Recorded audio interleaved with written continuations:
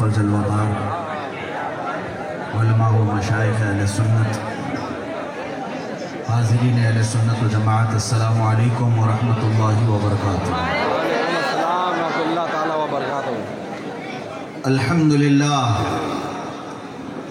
للہ الحنان المنان الذي خلق الإنسان وعلمه البيان، والصلاة والسلام على رسوله سيد الإنس والجان وعلى آله وأصحابه ذوي الخير والإحسان، أما بعد، فأعوذ بالله من الشيطان الرجيم، بسم الله الرحمن الرحيم۔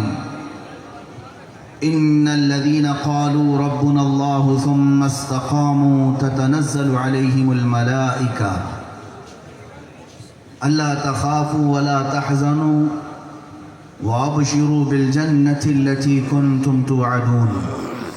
صدق الله مولانا العظيم وبلغنا رسوله النبي الأمين المتين المختار الكريم، ونحن على ذلك من الشاهدين والشاكرين، والحمد لله رب العالمين۔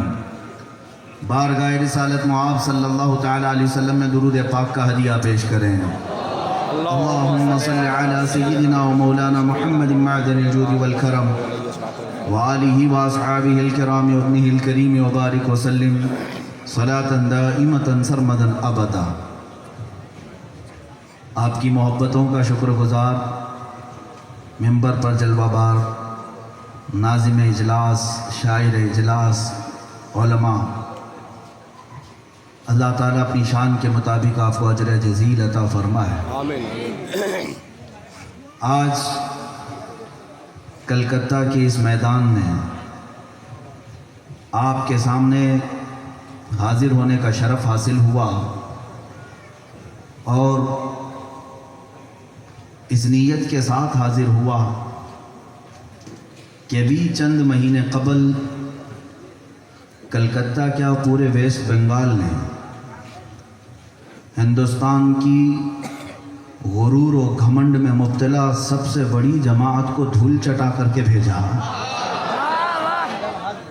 سب سے بڑی پارٹی کو دھول چٹا کر کے بھیجا، تو پھر میرے دل نے یہ پکارا کہ ابھی یہاں پر ایمان اور غیرت زندہ ہے۔ سبحان اللہ، سبحان اللہ، بہت خوب۔ اس لیے کہ شاید بہت یہ مشہور کیا جا چکا تھا کہ 100-200 روپے میں مسلمان بک جاتے ہیں، پارٹی بدل لیتے ہیں، ادھر سے ادھر چلے جاتے ہیں، لیکن ویسٹ بنگال نے یہ تاریخ رقم کر کے دکھا دی، جو جان مانگو تو جان دیتے ہیں، جو مال مانگو تو مال دیتے ہیں، مگر یہ ہم سے کبھی نہ ہوگا نبی کا جاہو جلال دیتے ہیں۔ ان کو کیا خریدا جا سکے گا جو بازار مصطفیٰ میں بکے ہوئے۔ سبحان اللہ، سبحان اللہ۔ الحمدللہ یہاں نوجوانوں کا جو جوش، جو ولولہ ہے، جو جذبہ ہے، اور حقیقت میں بتاؤں، آج آپ کے سامنے اور آپ کے درمیان بیٹھ کر قطعاً مجھے یہ احساس نہیں ہو رہا کہ میں کسی جلسے میں بیٹھا ہوں، مجھے ایسا لگ رہا ہے کہ ہزاروں سپاہی مصطفیٰ کی بارگاہ میں قربان ہونے تیار ہیں۔ یہ جماعت